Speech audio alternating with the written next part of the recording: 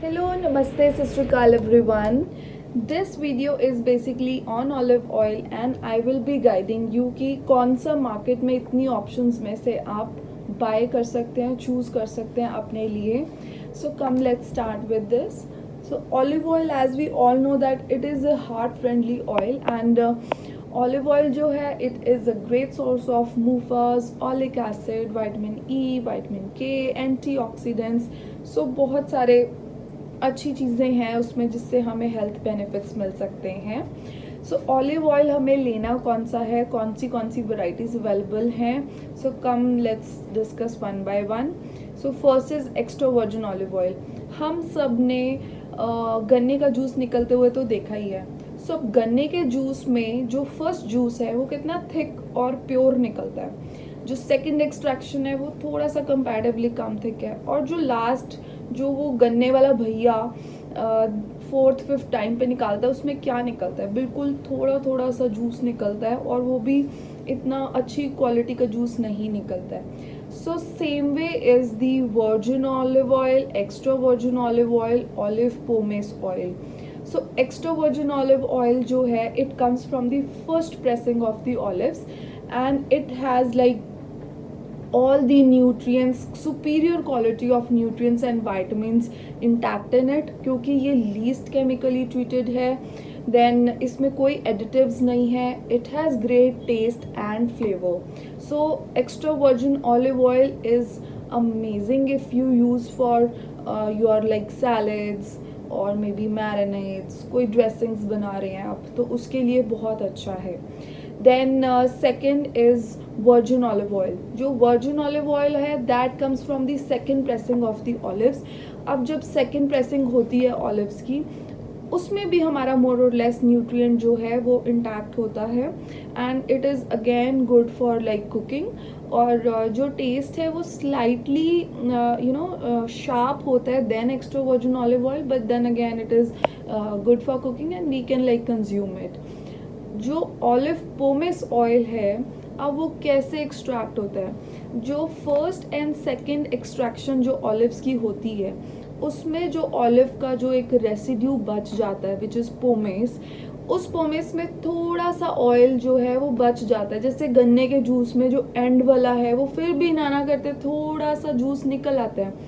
Same way जो pomace है उसके अंदर थोड़ा सा ऑयल जो है वो रह जाता है.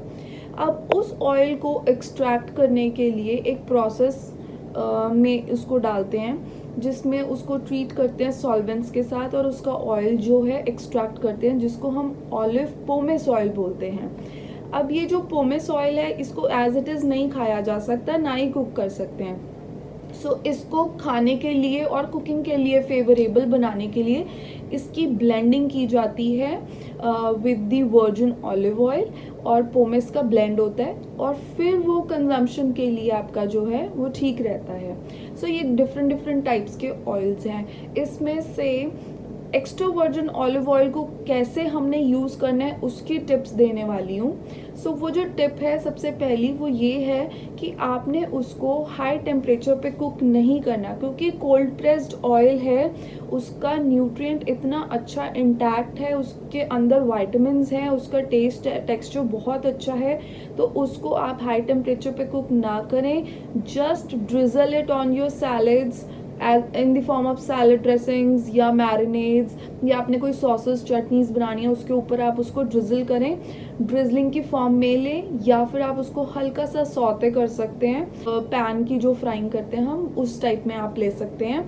बट डीप फ्राइंग कह लो या हाई टेम्परेचर पे प्रोलॉन्ग्ड उसमें कुकिंग करनी है आप प्लीज़ अवॉइड करें क्योंकि जब हम हाई टेम्परेचर पे उसको कुक करते हैं ना तो जो एक्स्ट्रा वर्जिन ऑलिव ऑयल है उसकी डिग्रेडेशन स्टार्ट हो जाती है. जब डिग्रेडेशन स्टार्ट होती है तो टॉक्सिक कंपाउंड्स रिलीज होते हैं which can cause cellular damage. तो वो ना हेल्दी नहीं रहता फॉर कंजम्पशन. सो कोशिश करें कि उसको हमने हाई टेम्परेचर पे कुक नहीं करना, जस्ट एज इट इज़ उसको सौते करने के लिए या ड्रिजलिंग के लिए सिर्फ रखें. अदरवाइज कंप्लीट कुकिंग के लिए एक्स्ट्रा वर्जिन ऑलिव ऑयल को ना रखें.